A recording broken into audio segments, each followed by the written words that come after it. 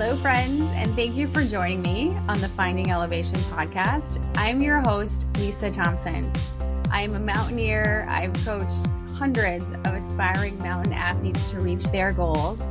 I also am the author of the book, Finding Elevation, Fear and Courage on the World's Most Dangerous Mountain. And I am super passionate about learning and growing through adventurous pursuits. That's why this podcast is dedicated to encouraging, uplifting, inspiring, and educating people like yourself who aspire to elevate their lives through the outdoors. So let's get into it. Denali climbing season is here. I'm so excited because this is one of my favorite mountains to climb and favorite mountains to coach people to climb because there's so many really challenging elements of this peak. And for a lot of people, it's the first time they've encountered expedition climbing and huge crevasses and not taking a shower for more than 2 weeks. So let's talk about it today. I like to know a little bit about each mountain that I climb. So let's begin with some history about this one. As you probably know, if you're listening to this podcast, Denali is the highest peak in North America. It's in Alaska. And the native people who live around or who inhabit the area around the mountain have referred to this peak as Denali for a very long time. Those are Athabascan native cultures. And then in 1896, there was a gold prospector who named the peak Mount McKinley. So if you've been following the mountain for a while, you know that it used to be called Mount McKinley. And that name was so odd to me because it was named after a presidential candidate back then named William McKinley. And I think he was from Ohio or somewhere in the Midwest that had nothing to do with Alaska. So thankfully, back in August of 2015, the name of that peak was officially changed by the U.S. Department of the Interior. And now it is officially known as Denali, was called Denali by a lot of people prior to that. So what does the word mean? There are a lot of derivations in different native languages, but most of them settle on the meaning the tall one or the great one or big mountain. So Denali has a few, I think, unique and important to mention geological distinctions, some of which add to the challenge of climbing to its summit. Denali is 20,310 feet or 6,190 meters above sea level. And while there are lots of mountains that are taller than that, Denali boasts the greatest relief. So the greatest distance from its base to its summit, which is 18,000 feet. And by comparison, even to Mount Everest, that vertical gain is only 12,000 feet. If you're climbing from the south side, and it's a little bit more, it's about 15,000 feet from the north side.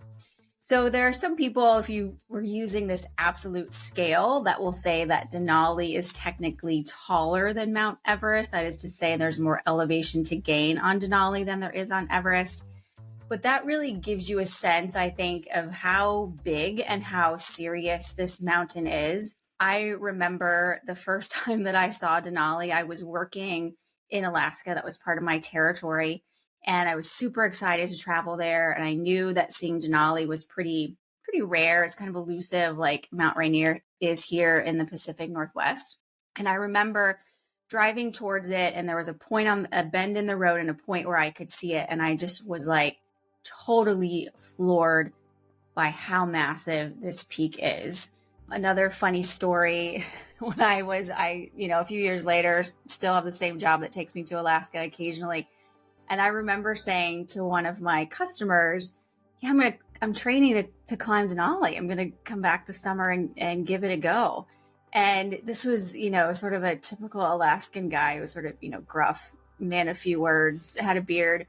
And I remember he looked at me and he said, do you know what we call people like you? And I figured whatever he was going to say next wasn't going to be very encouraging, but I just played along, and he said news, and he dropped the subject. So needless to say, he didn't have a lot of confidence in my ability to summit Denali, but later that summer I did. So the Denali climbing season is just around the corner. It starts in May and will extend at least until late June, sort of depending on conditions and temperatures and all of those things on the mountain. It may go a little bit longer. According, though, to the National Park Service, who keeps really cool stats on their website about summit success and summit times, most climbers will summit Denali during the first week of June. So that's a really big time. I think it even has it's called Summit Week by a lot of the guide companies, because that's usually when the weather is most accommodating and when, teams on the mountain are in a position to be able to summit. The overall success rate of Denali hovers at just about 50%. I think the year that I was there, it was like 40%. Last year in 2023, it was very low as well. I'm happy to say that the success rate for alpine athletics climbers is 83%. I'm especially proud of after last year, which was a really tough year. Denali is a hard peak to climb. I don't think it's often underestimated, but I think it's important to point out that from my view, there are some aspects of Denali that are even more difficult than Everest. And some people may disagree with that, but regardless, Denali has a lot of unique challenges that, as I said in the beginning, some people haven't encountered or had to work through before. So climbers will be faced with huge glaciers, continuously winter weather conditions. It's not like you're going to have you would have a sunny day, but you're not going to have like a warm down day where you get to chill outside. There are frequent storms. You're sort of constantly locked in this winter camping, winter weather scenario. And those big storms can blow in and last for many days, and they can be windy and they can dump several feet of snow in a day. We'll talk about this a little bit more, but the year that I summited, my team and I spent 6 days at high camp at 17,000 feet waiting for a storm to break. So was a big mental challenge as well, just to, day after day, listen to the forecast and day after day hear that it was still going to be windy and cold and the conditions weren't right for climbing. So for many people, it's the first time they've experienced this sort of really harsh alpine conditions. You may have had them before on Aconcagua if you're on the Seven Summits track, depending on what Aconcagua was like when you were there. For a lot of people, it's also the first time that they'll use sleds to haul bulky food. I'd still like someone to tell me why there are cans of fruit in the in the group gear the year that I summited Denali. So lots of heavy gear, and that equipment needed, probably runs about 100 pounds per climber once you've got group gear and everything else that you need in order to be on the mountain for 3 weeks. So combine that with a harsh environment, and Denali it's hard, very hard.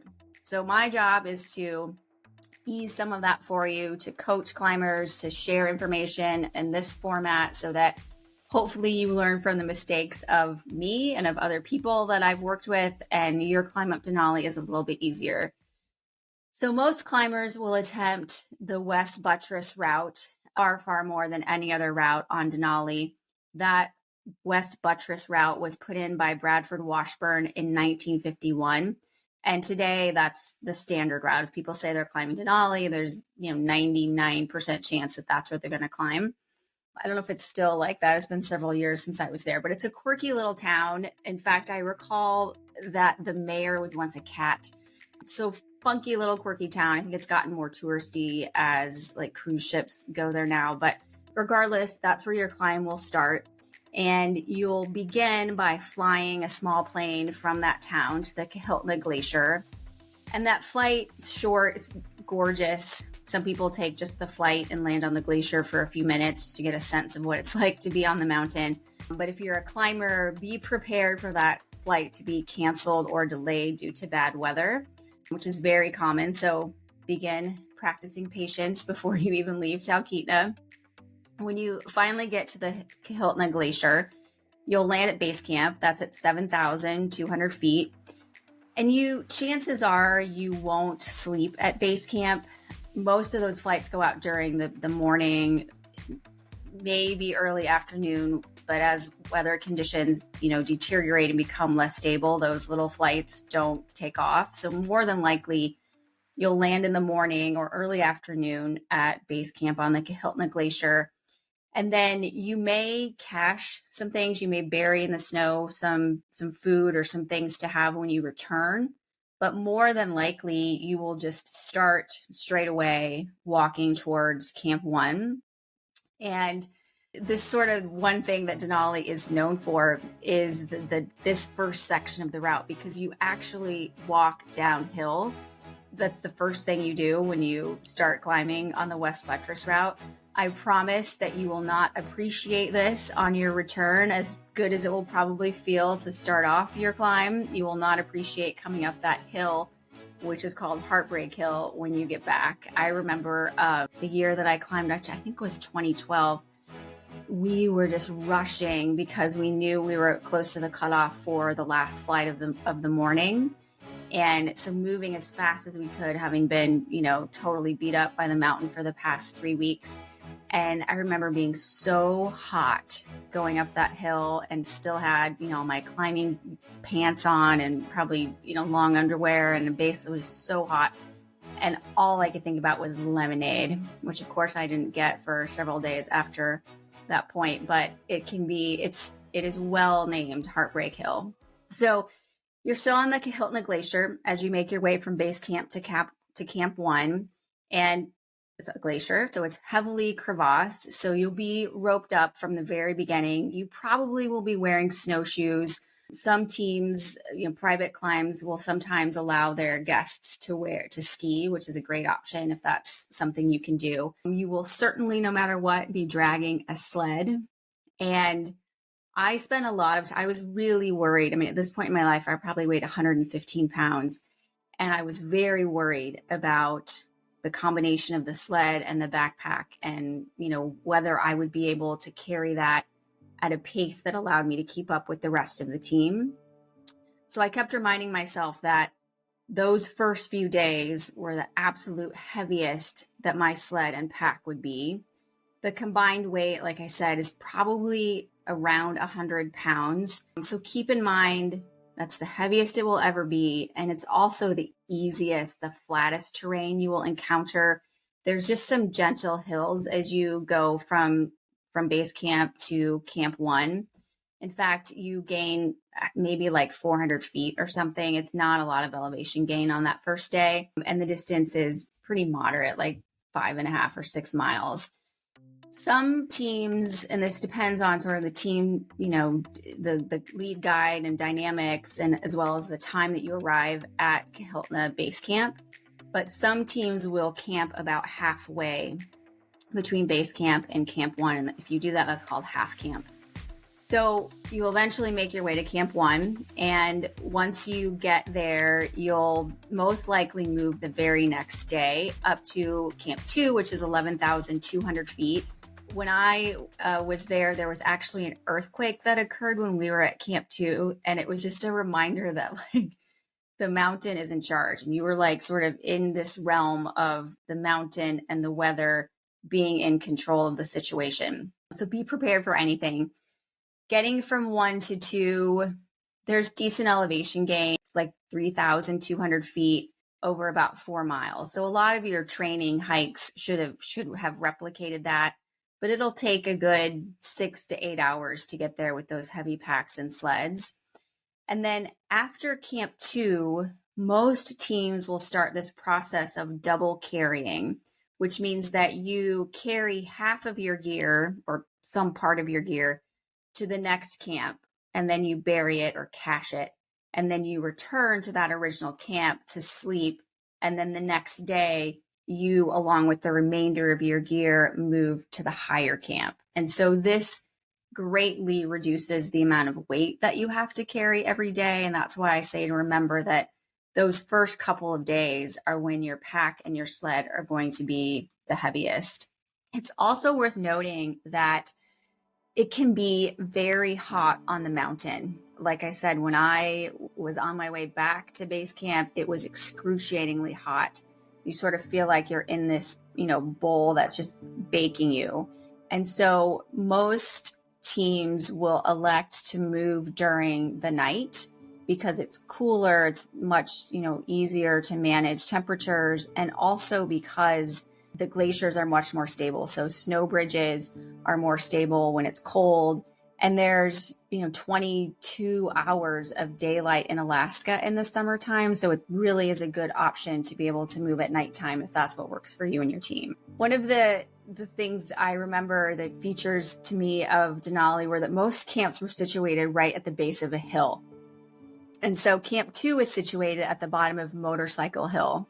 I remember I would watch, because I was really worried again about dragging the sled and all this weight I had in my pack and keeping up with everybody else. And so I would lay in my tent at multiple camps and I would watch and time other climbers going up those hills just outside of camp, just to get a good sense of how long it was taking people. For most people, it'll take about 90 minutes to get to the top of that hill from Camp 2. It's also worth mentioning early on, just to get your mindset in the right place, about the amount of work that you should be prepared to do on Denali. So when you get to camp, you along with your team will need to set up that camp. It's, not like the Himalaya where those tents are set up for you and camp is already nice and ready to go when you arrive. So you'll be carrying all those tents on your back. When you arrive, you'll need to create, a flat, safe, crevasse-free space for your tent. And that might require some digging to get that set up. You'll need to set up the tents. And then depending on where you are on the mountain and how you're situated, you may also need to actually saw blocks of snow that can be used as windbreaks to keep the wind from ripping your tent apart. So I always like to tell people that, be prepared mentally when you get to camp each day that you're going to have to work a little bit more. I think when you arrive, it's important to take care of yourself. So get some calories on board, get some hydration in if you need it. And then it's time to help the team with whatever tasks are needing to be done in order to get camp set up and comfortable for everybody else. After Motorcycle Hill, the next challenge is Squirrel Hill. And I was just recently rereading my diary from my climb, and I remember how absolutely stunning the views of the Peters Glacier are from the top of Squirrel Hill. The slope at this point levels off a little bit, and climbers then will be approaching Windy Corner, which I remember being worried about. Like, with a name like Windy Corner, I was expecting to come around a bend and be, sort of blown off my feet. When I was there, it was not windy, though in some years I've heard from people I've coached that depending on snowfall, it can be very icy in that section, and wind conditions sometimes require there to be running protection there just to make sure that everyone's safe. I should also mention that at this point, you've probably buried your snowshoes. You're probably not wearing those anymore. Instead, you're wearing crampons, and you will be wearing crampons for the rest of the time. When you get to this section in particular, as you're approaching Windy Corner, you'll sort of be side hilling for part of this ascent. So sort of, walking along the side of the hill, not doing switchbacks, just walking along the curve of the hill. And those pesky sleds can get really unruly when you're traveling forward and gravity is pulling them downhill. I remember sort of feeling like I was being just torn in different directions here. So there's a lot that goes into managing your sled and packing your sled, and also being ready for the stress and sort of the physical strain of having to drag that sled, which is not always trying to travel in the same direction that you are, especially when you're going downhill. So it's very important, and we'll talk about training in a bit, but very important to train and to try to simulate that environment as much as you can. So if you're able to pull a tire, or if you live in a snowy place and you have that available to you, then actually get one of those kids' sleds and rig it up and pull it on moderate terrain or pull it up a short hill, just to get a feeling of what that feels like on your body. So after Windy Corner, you'll make it to Camp 3, which is also called 14 Camp because it's at 14,200 feet.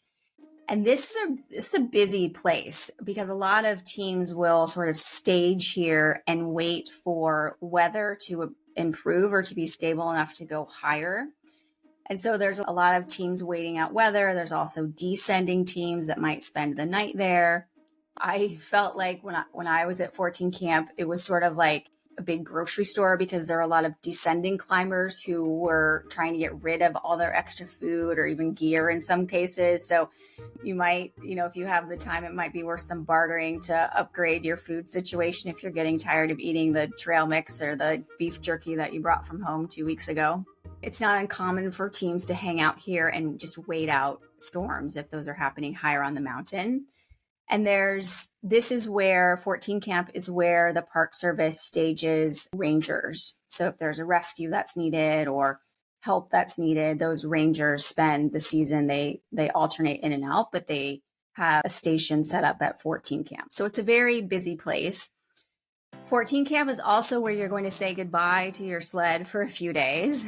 Don't worry, it will be there waiting for you. Try to make friends with that sled because it's going to be with you for a long time. And I think it's important not to see it as a hindrance, but as an important tool that you're using and that's helping you get up the mountain as easily as possible. But you'll leave it at 14. And when weather and conditions allow, you will then move up the head wall using fixed lines. And for some people, this is the first time they've used fixed lines. It's about 800 feet of elevation gain.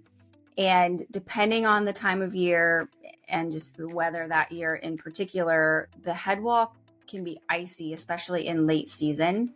One of the times that I was descending it, there was knee-deep snow, and that made it very challenging to get down.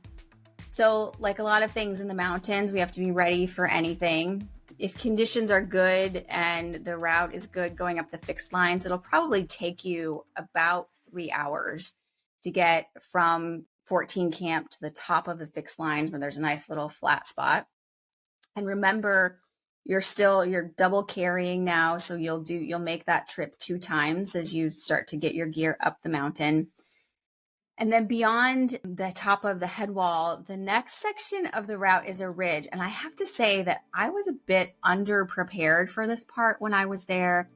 I, expected to be walking on an exposed ridge.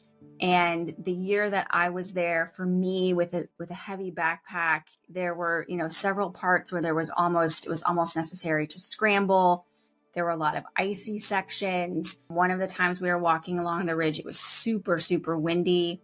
And I just wasn't quite ready mentally for all of that. So keep in mind that even though it's a ridge and it's, flat relative to everything else you've been doing, it's still going to be challenging physically. And certainly if exposure is something that you're not quite comfortable with, being on an exposed ridge like that can be a little bit unnerving as well.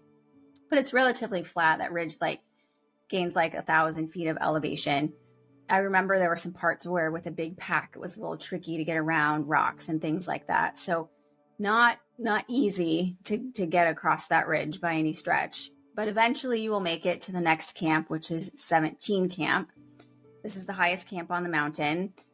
And this is a pretty harsh place. By the time you get here, you really feel like you're in the mountain. You're, sort of hardened by climbing for several weeks.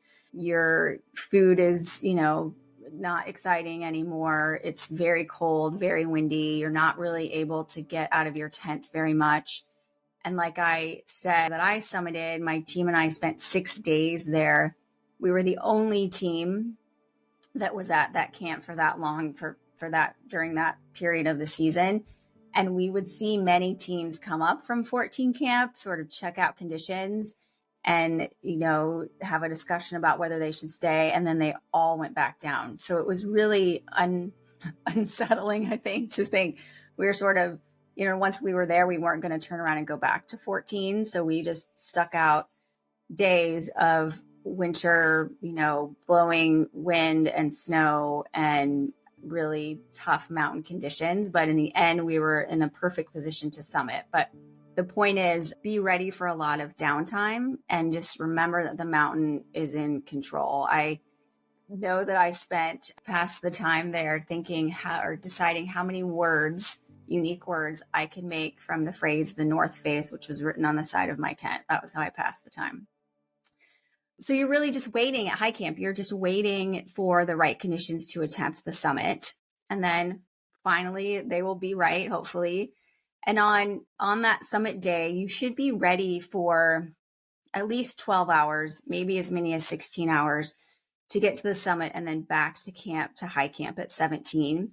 This, of course, will probably be the hardest day of your expedition. You won't be carrying a heavy load anymore, but there's a lot of climbing to be done, and you're at very high elevation now.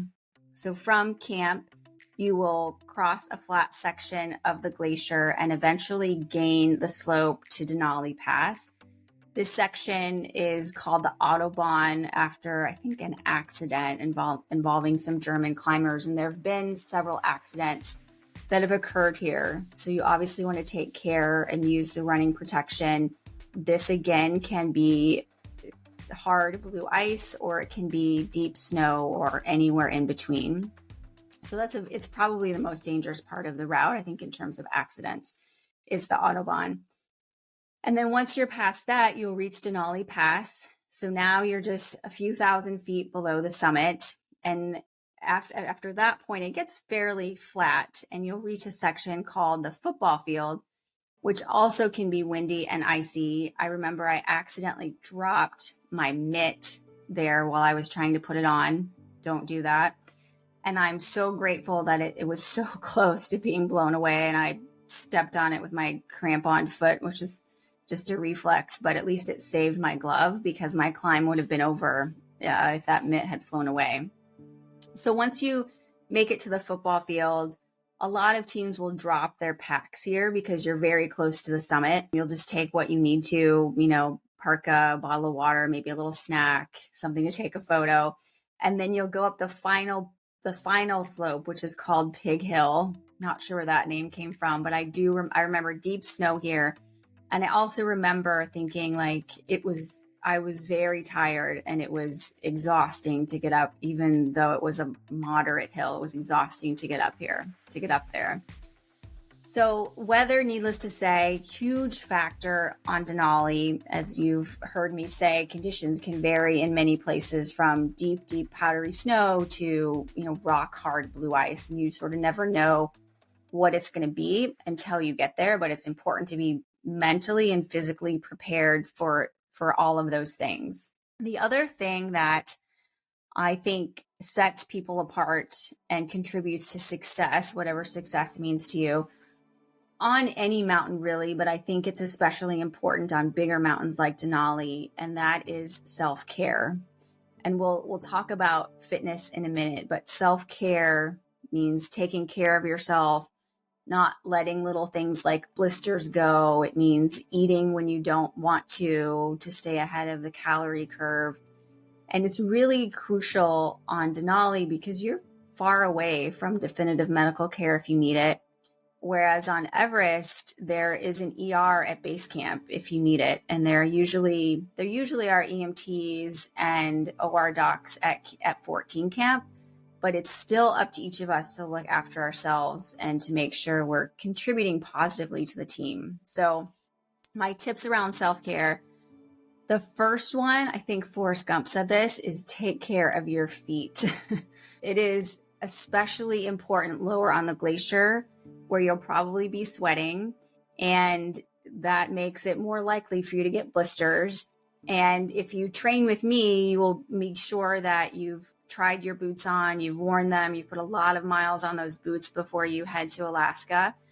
But make sure that you get your boot, sock, insole, foot warmer situation sorted out before you go.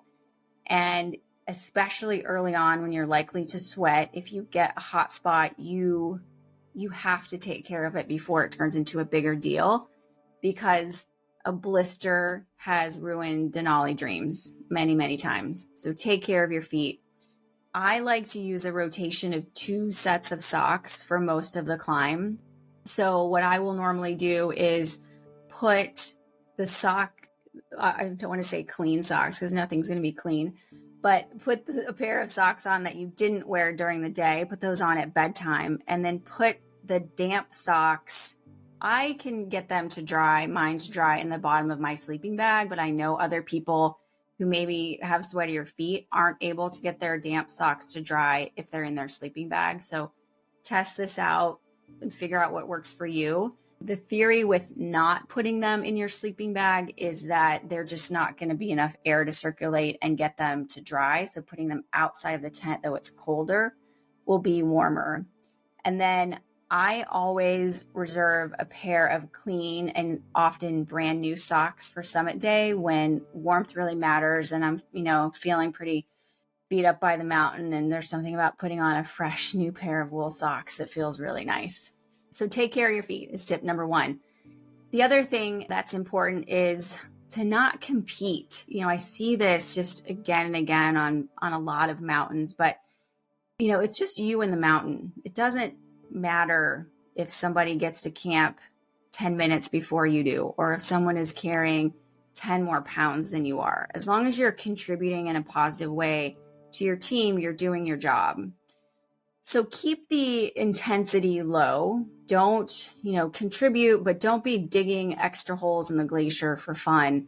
Don't be trying to get extra, push-ups in when you're at camp. This is like chill, low intensity, especially getting to 14 camp, because that's when it really matters. Like that's when all your training is going to come into play. That's when all the work you've been doing to prepare is going to come into play. So don't race, don't compete, keep it mellow. Remember, it's just you and the mountain. Make sure you're contributing to your team, but don't be doing anything heroic unless it's a situation that calls for heroics. Staying hydrated. Next tip, remember that the air here will be drier and probably obviously colder, but also probably drier than what you're used to. And so we'll get dehydrated just by virtue of being in that environment. I recommend finding some sort of electrolyte replacement that you like. Test it out ahead of time to be sure that it agrees with your GI system. And then have an easy method for getting that into your water bottle every day. So if that's tablets, if you want to measure out the amount that you need per liter of, per liter bottle, whatever that means, make it easy. And just make sure you're replenishing what you need to and staying hydrated. I hear from a lot of athletes that will say, I just didn't have the motivation. I was lethargic. I had a bad headache. Some of those things can be acute mountain sickness, but they can also be hydration. And that's one thing that's super easy to fix and to stay on top of. We talked about eating, so make sure you have a schedule. I encourage athletes that I coach to have some sort of schedule for nutrition when they're on the mountain, whether it's, every break you're going to consume 300 calories or, you've got snacks in your pocket so you can be eating those as you're walking, whatever it is, make sure that you've got a plan for calories. My next tip, and this seems like a mundane thing, but it is to take care of your toenails. So you want to trim them before you go so that they're not banging into the end of your boot. You also want to make sure you're looking after them when you're on the climbs. They will grow, not as much as they'll grow when you're at home at sea level, but make sure that you're keeping them trimmed at a reasonable length. Don't trim them too short, because when you're in that dry environment, your skin under your fingernails and your toenails will actually retract a little bit. And if you cut them too short, then you can end up with bloody toes or bloody fingernails. So make sure that you're taking care of them, but don't trim them too short.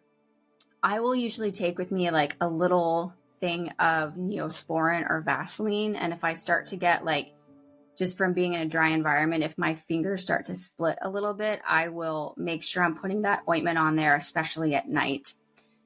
So take care of your fingers and toes. Sunscreen, that's my next tip. You can't have too much of it. I was talking to athletes just recently who were getting ready to go to Denali and talking about how, the sun is going to reflect from the white surface of the glacier, and it's going to reflect to the bottom of inside your nose, the roof of your mouth, if your mouth is open. So during the day when the sun is out and when it's brightest, make sure that everything, I think in some cases it's easy just to cover it all up. So wear a buff, wear a sun shirt with a hoodie, sunglasses, obviously, cover your nose with one of those nose guards, wear a wide brimmed hat, and keep sunscreen with you. Like just have a small tube of it in the pocket of your backpack, the front waist pocket, have some in the top of your backpack, just have several bottles of sunscreen and also of chapstick that has a strong SPF in it as well. I like to take tropical chapstick because it makes me feel like I'm on a beach and not on a mountain. Eat. That's the next thing. So most of us will lose our appetites when we're at elevation, which is an unfortunate thing that happens as your body starts to shunt blood to more critical parts of the body, like your brain and your lungs. Your GI system sort of gets left out of that equation, and you often will lose your appetite. But remember, you are burning, men burn more calories than women, but between 6,000 and 10,000 calories a day when you're at elevation and when you're carrying a heavy backpack. So you probably are not going to stay on top of that, but you need to do everything you can to get as many calories in you as possible. So plan your snacks at home ahead of time. This is one of the few things that I won't skimp on in terms of weight. So look for calorie dense foods. There's a bar I like, not plugging them officially here, but I really like Range bars and they're heavy, but they're like 700 or 800 calories a piece as compared to most bars, which are like at best 400 calories. So it's worth it to me to carry a little extra weight because it's nutrition and it's fuel that's going to keep me going and keep me performing when I need my body to. I also, on big expeditions, I will add peanut butter to anything. You can even buy the powdered kind, so that's lighter to carry than the normal kind. I'll put that in my oatmeal each morning. I also will add sometimes dehydrated coconut milk to it because that's a few more calories and some good fat. I think on Denali, I even ate like straight coconut oil just to get extra calories, which sounds really not very pleasant right now, but just to get, as many calories as I can in. And I only lost 6 pounds on Denali, which is pretty remarkable. I like to eat food. So self-care, the other thing is to stretch at night. You're probably not going to feel like it, but think of it as just taking care of yourself. Do some like forward bends in your tents, roll out your shoulders. If you've got a good tent mate, you can give each other like shoulder rubs. I've in the past used a Nalgene bottle, like a foam roller to roll out my IT bands. So all of those, these seem like little things and they're going to be hard to do when you're at elevation and you're tired because you've just been on the move for 10 hours.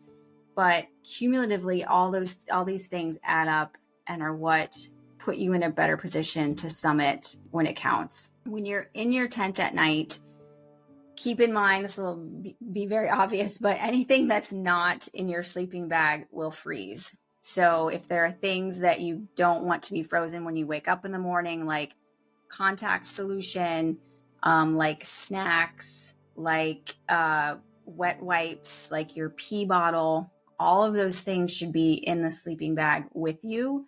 Otherwise, they will freeze in the morning, and nobody likes carrying around a frozen pee bottle when they're trying to do everything they can to reduce the weight of their backpack.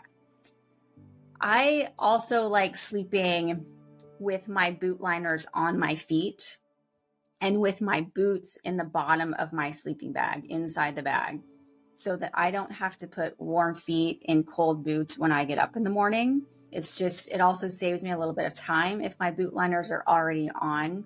I also my feet thankfully don't sweat a lot, so I don't need to like air them out and let them dry out at night. If you do, then I probably wouldn't sleep with your liners on.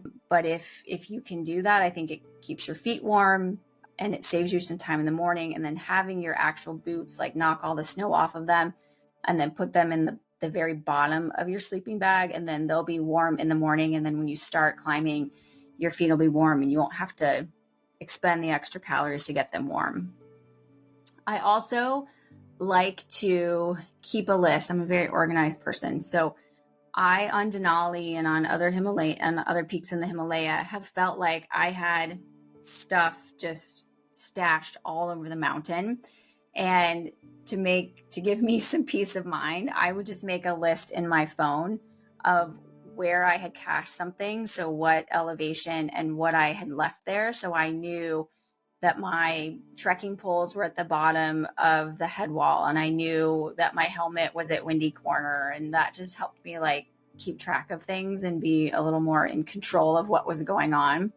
Probably the last thing, and I think this is self-care related because it's about sort of staying mentally strong, which we'll talk about a little bit more later, but make sure that you've got some kind of entertainment, whether, you downloaded a bunch of books onto your phone. Weight is going to be of utmost importance. So please don't take books with you. I wouldn't even take a Kindle. I would just download everything to my phone and make sure that I had a solid way to charge that phone, whether it was batteries. There are some good military grade solar panels now that clients have used on Denali with success. So I think and on Denali, there's a lot of solar. So that's a reasonable way to keep things charged. But have a plan, have something that's going to, stimulate your mind, take you away from sort of the stress of what your everyday life has become on the mountain, and give yourself a little mental break from that. I don't like to read climbing books on mountains. I like to read more lighthearted things, about like dogs or trips to other places in the world, just to keep me like light and motivated and in a positive mindset. So those are things related to self-care, super important on any mountain, especially Denali. Let's move on to fitness, which is my favorite topic. Denali, if I hadn't said it, is hard. And I think there's a solid argument to be made that there's some parts of Denali that are more difficult than Everest, especially if you're small framed like I am and you need to carry 100 pull 100 or more pounds. I've always felt that there are many things in the mountains that I cannot control, like weather, like my teammates snoring at night. But my fitness, my preparedness, and this is really the whole reason I started alpine athletics, my fitness is not one of the things that's outside of my control. It is 100% within my control. And so I want to do absolutely everything that I can to be as fit and as ready as possible so that I have a good trip and that I'm able to contribute, especially on Denali, contribute positively to my team. So most people will start their Denali training 6 to 9 months before they go. And it sort of varies depending on your base level of fitness and your experience and whether you've trained as an endurance athlete or as a mountaineer before. You will probably be the fittest and strongest you've ever been before you go to Denali. It is unique because it requires not just endurance, but in my view, as a coach, more strength is necessary on Denali than it is on Everest. So you'll want to be sure that you've spent a solid 3 months building the kind of strength that you need to carry a heavy backpack, the kind of strength you need to pull a heavy sled and propel yourself upward up the mountain for 3 or more weeks. You'll want to focus when you're building that strength primarily on lower body and core. I like to do lots of one-legged things like RDLs, but don't ignore when you're doing your Denali training, don't ignore upper body as well. And that's not to say I don't think you need, to be able to do like 45 pull-ups, but there is an upper body element when you're on the fixed lines, especially above 14 camp. So don't overlook that, but focus predominantly on lower body and core because those are the muscles that you'll be relying on to get yourself up and down the mountain. And you'll need to ideally spend 3 months building muscular endurance after you have that base of Denali specific strength. So you'll want to focus on the muscle groups that you're going to depend on every single day when you're building that muscular endurance, which again is predominantly your lower body. So lots of time in training, carrying a heavy backpack uphill or upstairs or on an inclined treadmill. And we have on the Alpine Athletics website, some sample training plans. So if you're looking for more direction, be sure to check those out. We can link them in the show notes too. This is one of my pet peeves, but on the final days leading up to your departure from wherever you live to Alaska, realize that you are as fit as you're going to get. Do not land in Talkeetna and try to, go for a run or try to, do some sprints on the treadmill in Anchorage if you're there for an overnight. Just except I always tell myself and athletes, when you get on that plane to fly wherever you're going, your training is done. There's, you can let it go. It's going to be what it's going to be. Trust that you've followed the right process, that you've put in the work, that you've done everything you can to be ready, and let the training go. Still stay active, especially if you have downtime. If your flight to the Kahiltna is delayed by a couple days, go for a walk around town, do some yoga, keep yourself moving. Your body, if you've been training for 9 months, your body is used to getting exercise every day, but don't think about building fitness during that time. Your training is done. So let's talk then about my favorite kind of fitness, which is mental. Just a reminder, Denali is hard, friends. And in addition to physical preparation, you need to be ready mentally for that. Pushing through hard training sessions in bad weather is one way to gain that kind of resilience. So if you're like me in Seattle and the weather is just crap, it's 35 degrees and rainy, don't hit the treadmill. Instead, go outside and start to think of that not just as physical preparation, but as mental preparation as well. Because being able to be in those environments that are less than ideal and being able to do it when you don't want to are the things that start to build mental resilience as well. And also, if you're in those, crappy weather conditions, you get to test out your gear and work on your layering. And there's just so much to be had for being outside when the weather's not good. I don't like doing it either, but it will pay off when it counts on the mountain. Athletes that I coach also receive homework related to understanding why climbing Denali is important to them. And we talked about this a lot in the last episode, but knowing why you're there, make sure you've done that. Come up with mantras or meditations or other mindfulness practices that will help you get through difficult situations. Having that mental game super strong is literally a game changer when things get tough. So don't overlook that part of the equation. I have seen many times people who are physically capable. They have the right level of fitness. They have the right skills. I've seen them turn around because they get it in their minds that they're not able to summit for whatever reason, or they're too slow, or whatever it is. So don't let your mental fitness be a deterrent. To me, that's all a part of things that are within my control. And the other component of readiness is skills. And, Denali is, I say, a moderately technical climb. It does require a unique set of mountaineering skills because you spend a lot of time on a glacier.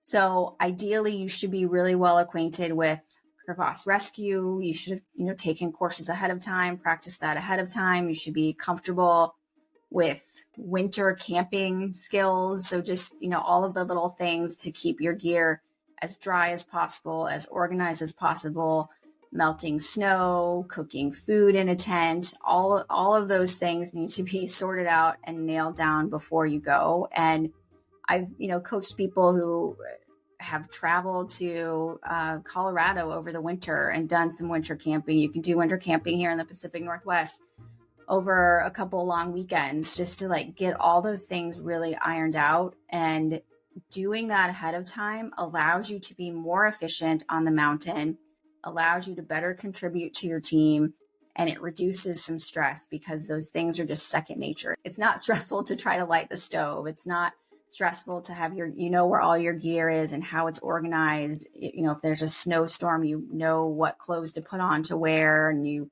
have done all that and used that gear before. You will, as I said, you'll start out wearing snowshoes, possibly skis. And then after a couple of days, you will switch to crampons, and you'll be wearing crampons for 2 more weeks. So make sure you're very experienced walking on hard snow, walking in powdery snow, walking on ice at a moderate angle. So, 20 to 40 degrees, I would say, while you're wearing crampons. It's not like just walking in boots, even if you're used to skiing and sort of those clunky boots. You have to be mindful that you've got 12 spikes on your feet when you're walking in crampons. And it's a different skill and technique than just walking in big boots. And I realize this isn't a reality for everyone, but try to mimic that as much as you can. I remember before I went to Denali, I found just a muddy hill that didn't have a lot of rocks. And I put my crampons on and I set up running protection with stakes and a rope from Home Depot. And I got my ascender out and I would just walk endlessly up and down that hill.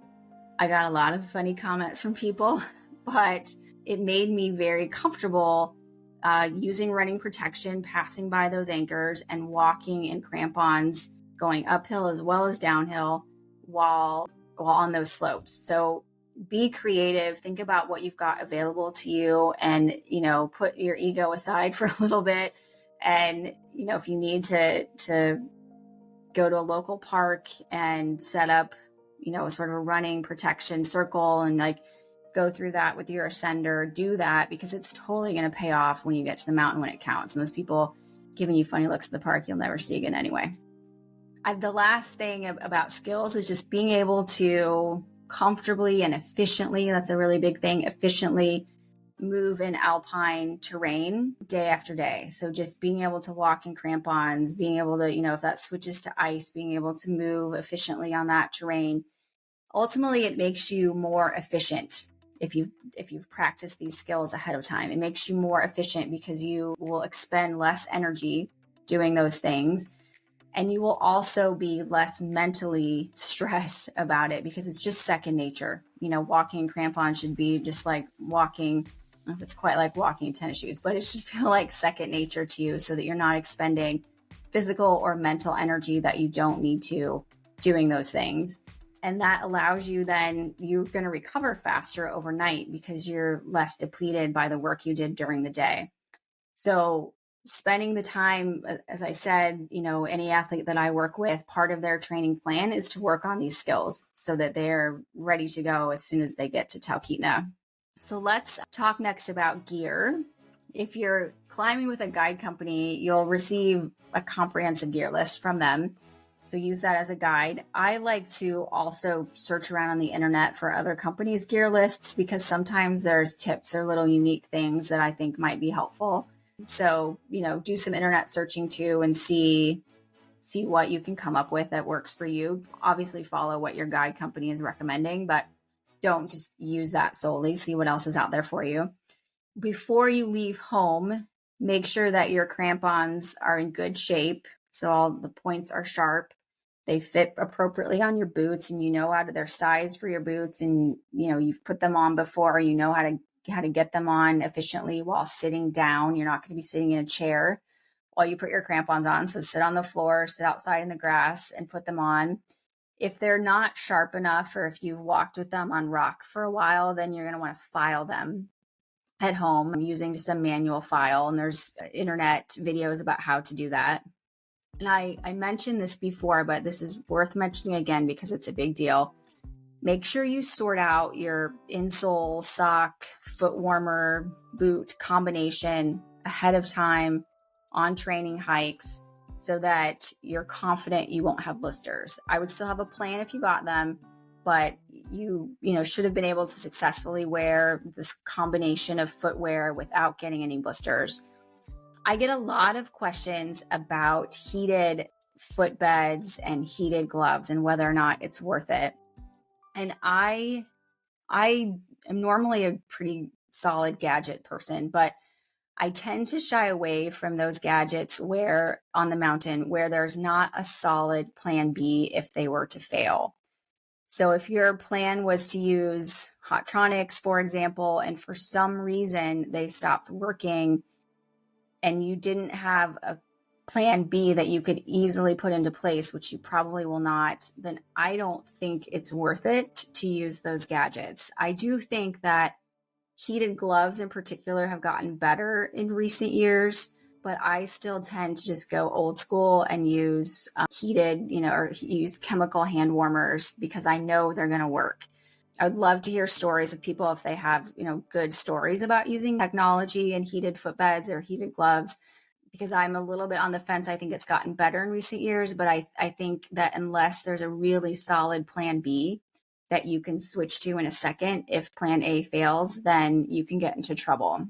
There are I would check out for Denali and Vincent and other places where it's really cold. For my feet, I would check out some thermo molded boot liners beforehand. Intuition is one brand that makes really nice ones that I've worn for many years that will, you can just put them in your double boot instead of the liner that comes with the boot, and they're warmer and I think a little bit more comfortable too.